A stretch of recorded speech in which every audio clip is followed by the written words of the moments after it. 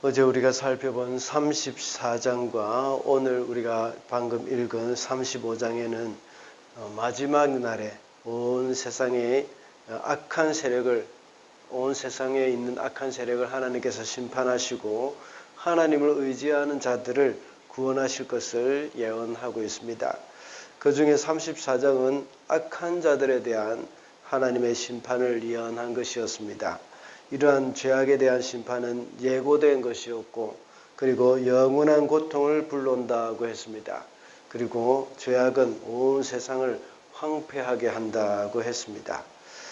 이사야 1장부터 오늘 본문인 35장까지의 말씀은 우시야 시대부터 히스기야 시대까지 있게 될 하나님의 백성에 대한 심판을 경고하는 말씀입니다. 예언의 말씀이죠. 그리고 심판하실 뿐만 아니라 회복해 주실 것까지도 약속하신 내용입니다. 그리고 더 나아가서 열방에 대한 역사적인 심판도 역시 말씀하시면서 종말에 가서는 하나님의 백성을 다 구원하시고 완전한 회복이 있을 것을 말씀하고 있습니다. 오늘 본문 35장에서는 종말에 하나님이 심판을 하신 후에 이 성도들이 누리게 될 기쁨과 영원한 복락에 대해서 예언을 하고 있는 것이죠.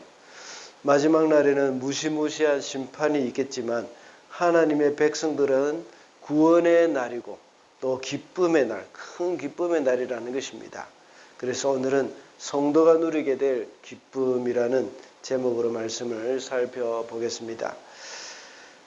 첫째로 성도는 그 심령의 변화가 있기 때문에 기쁨이 있습니다. 1절과 2절입니다. 광야와 메마른 땅이 기뻐하며 사막이 백합화처럼 피어 즐거워할 것이다. 사막은 꽃이 무성하게 피어 크게 기뻐하며 즐겁게 소리칠 것이다. 레바논의 영광과 갈멜과 샤론의 영화가 사막에서 꽃피며 또 사람들이 주님의 영광을 보며 우리 하나님의 영화를 볼 것이다. 1절에서 말하는 광야와 메마른 땅이라는 말은 인간의 심령을 가리킵니다.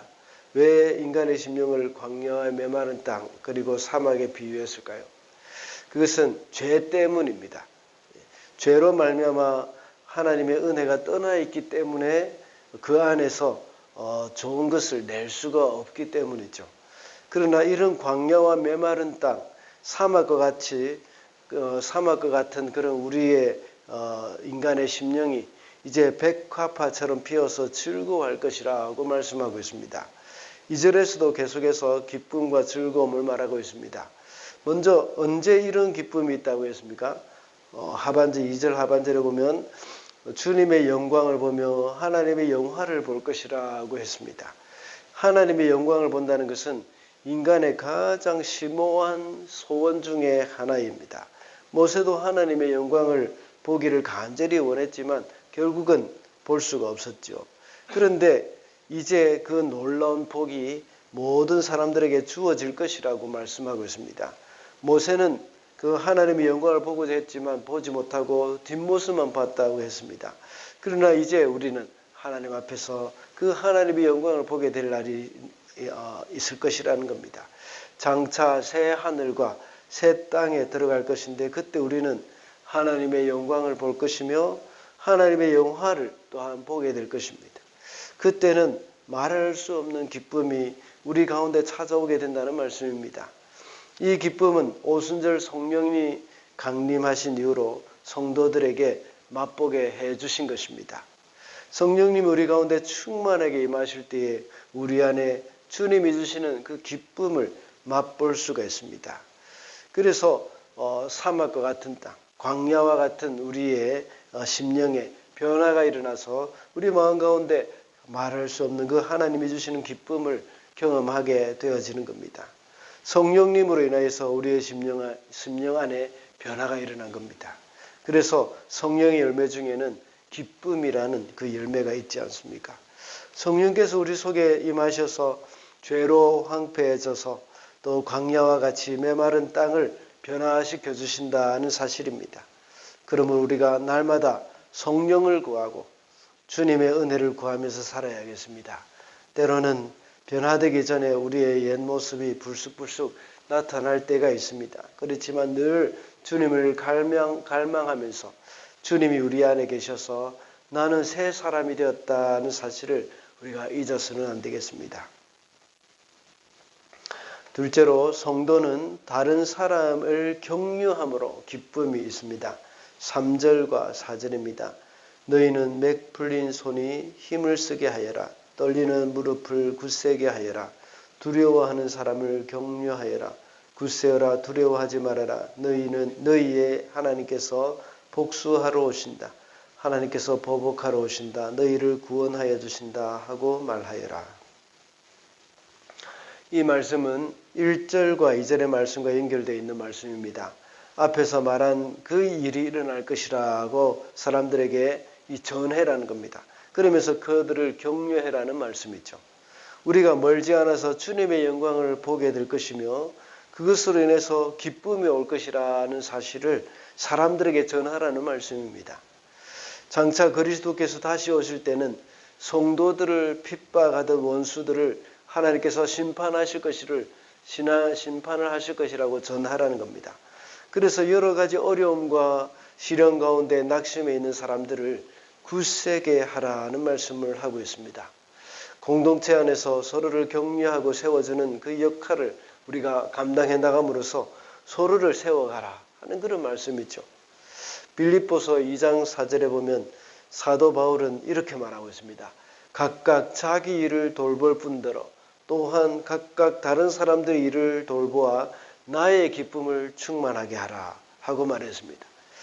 사도 바울은 빌립보 성도들이 다른 사람들의 일을 돌아보는 것을 보면서 바울 자신의 기쁨이 충만하게 될 것이라고 말하고 있습니다. 우리는 자신의 기쁨에 초점을 두게 된다면 하나됨을 이루기가 어렵습니다. 그러나 하나됨에 초점을 두게 된다면 나 자신도 기쁨이 될 뿐만 아니라 공동체 안에도 기쁨이 찾아오게 되는 것이죠. 그러므로 성도는 자신의 즐거움에 초점을 두지 않고 다른 사람을 격려하고 다른 사람을 세워줄 때는 우리 자신뿐만 아니라 공동체 안에서 기쁨을 누릴 수가 있다는 것을 우리가 잊어서는 안 되겠습니다. 그러므로 서로를 격려하고 세워주는 일에 우리가 힘을 써야 하겠습니다. 마지막으로 성도는 구원의 길이 열리기 때문에 기쁨이 있습니다. 8절 말씀입니다. 거기에는 큰 길이 생길 것이니 그것을 거룩한 길이라고 부를 것이다. 깨끗하지 못한 자는 그리로 다닐 수 없다. 그 길은 오직 그리로 다닐 수 있는 사람들의 것이다. 악한 사람은 그 길로 다닐 수 없고 어리석은 사람은 그 길에서 서성거리지도 못할 것이다. 방금 읽은 8절에서는 거기에는 이라는 말로 시작이 됩니다. 거기가 어디를 가리키는 것일까요?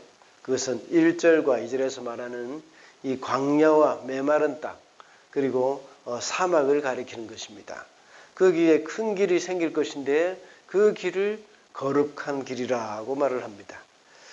그 길에는 깨끗한 자만이 다닐 수 있고 악한 사람들은 그 길로 다닐 수 없을 뿐만 아니라 어리석은 사람들도 그 길에서 서성거리지도 못한다 하고 말씀하고 있습니다. 그 길이 바로 그리스도께서 내어놓은 구원의 길입니다.